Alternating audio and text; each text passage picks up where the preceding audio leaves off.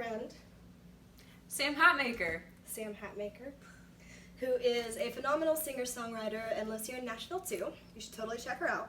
And today we're going to be talking about a song we wrote together called Big Black Hearse. I think it was the first song we wrote together. It was the first song we wrote together. Yeah, we were still getting to know each other too, and I was like, oh god, I hope she thinks I'm cool, you know? Yeah, I thought the same thing. I didn't know if you thought I was cool or not. Yeah, so I thought you were awesome. That's why I wanted to write with you. I was like, she has the coolest thing going on with her career, chillest personality, and then we made a really amazing song. I write with people based on whether or not I think we'll be good friends. So. Yes, yes, same.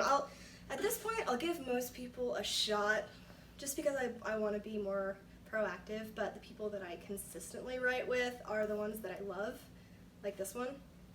Proactive, non-spawn. Hey! So since we're such professional. Clearly. Do you want to go first? Do you want me to go first? I mean, it's your world. I'm just living in it. Do you want to talk about it a little bit? No. Okay, so we got together, and it was at your place. Yes. And we were both super duper comfy in leggings, as one should be. And we got Chinese takeout. We did. We did. It was really good. Wonderful, wonderful takeout. And I let her take the lead on the guitar because I really like her playing style. And so you were kind of screwing around with the E and the A, and then I just really liked the kind of groovy vibe that had this dark undertone to it. And we were getting pretty emo that day. So. Listen, I have a lot of feelings, okay? I have a lot of feelings. I don't at all. So None. I let her take the lead on the feelings.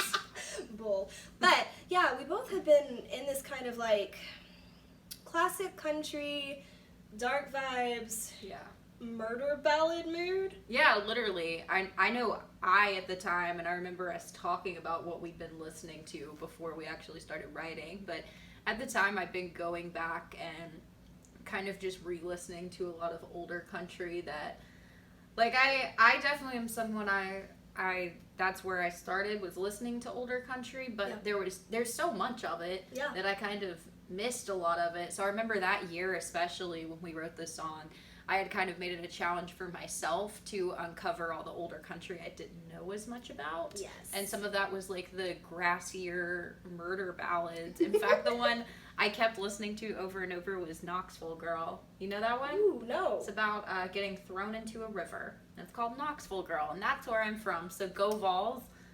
Check out the song. Who's the artist? Depressing. How have I not It was heard like I don't remember which recorded version I was listening to, but it was kind of a traveling ballad that had gotten passed around, kind of like a real genuine folk song. Yeah. So I'm not sure if it's even known who first wrote it. Okay, we're gonna do there's some a lot research. of cool versions, so maybe we could do a cover. You know, let us know what you Post think. it if you want. We can make that happen. But yeah, and I've been on this. I grew up on a lot of classic country for sure, and I'm a huge Johnny Cash fan. And some of his songs are really dark and morbid in the best of ways.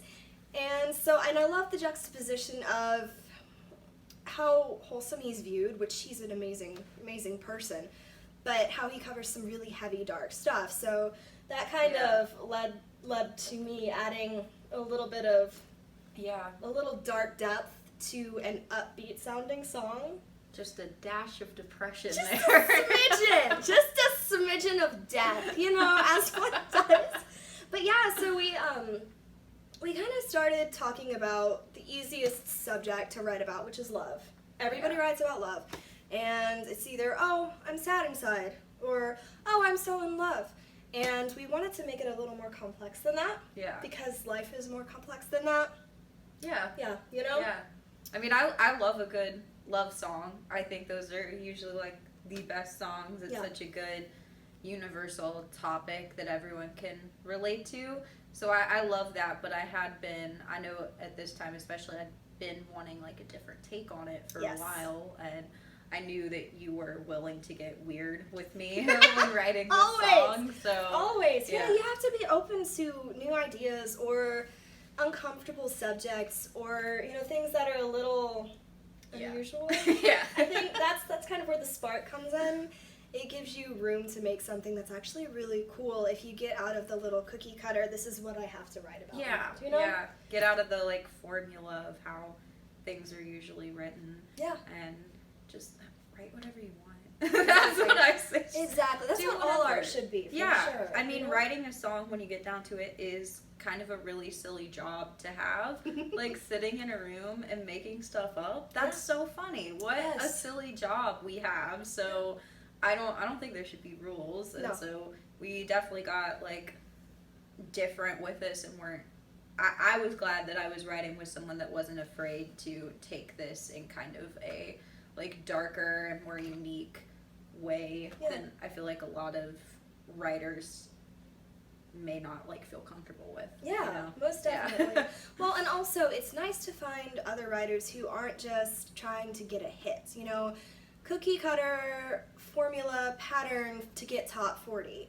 Because that's not really my goal. Right. I mean, yeah, that would be amazing one day if I charted like that, but that's not what I'm here for, you know? Yeah, and I mean, I feel like, you know, I love all types of music. Like, at the end of the day, I'm just a music fan, so as much as I do love those dark, like, murder ballads, I also love the more, like, pop country world as well. Yeah. And my personal, like, favorite writers and the writers I've learned a lot with, even the ones who are consistently getting top 40 hits, you know, they never sit down to try to do that. Yes. They're just talented, and they're talking about stuff that is real to them and real to a lot of other people. And I think that's important, even if what's real to you, maybe it seems like it won't be relatable to other people. It's always a nice surprise to see what people connect to and what people have wanted to hear. I feel like it's never really what you're expecting. Yeah. So I don't think you can sit down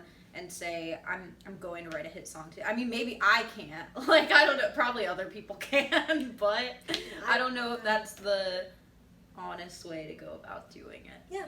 Same. No, that. But I've never had a top 40 hit, so I'm probably not the person to be talking about that. But you have a lot of experience, and you're a really good writer, really good performer. Well, thank you. Super talented. I'm a fan. Total fan up in here. And honestly, you've got some new releases that I'm super stoked about. You'll need to stalk her online only. Appropriately. Yeah, just appropriately. Yeah, let's keep it PG there. PG. But no, check her out on Spotify. She's got really good stuff. And this song, Big Black Hearse, is going to be released in the near future. It'll be an acoustic version. We love acoustic versions here. Yeah, and it's also easier to produce. I mean, yeah. You know, a little bit more affordable. But yeah, and you were super fun to write with. To fight with.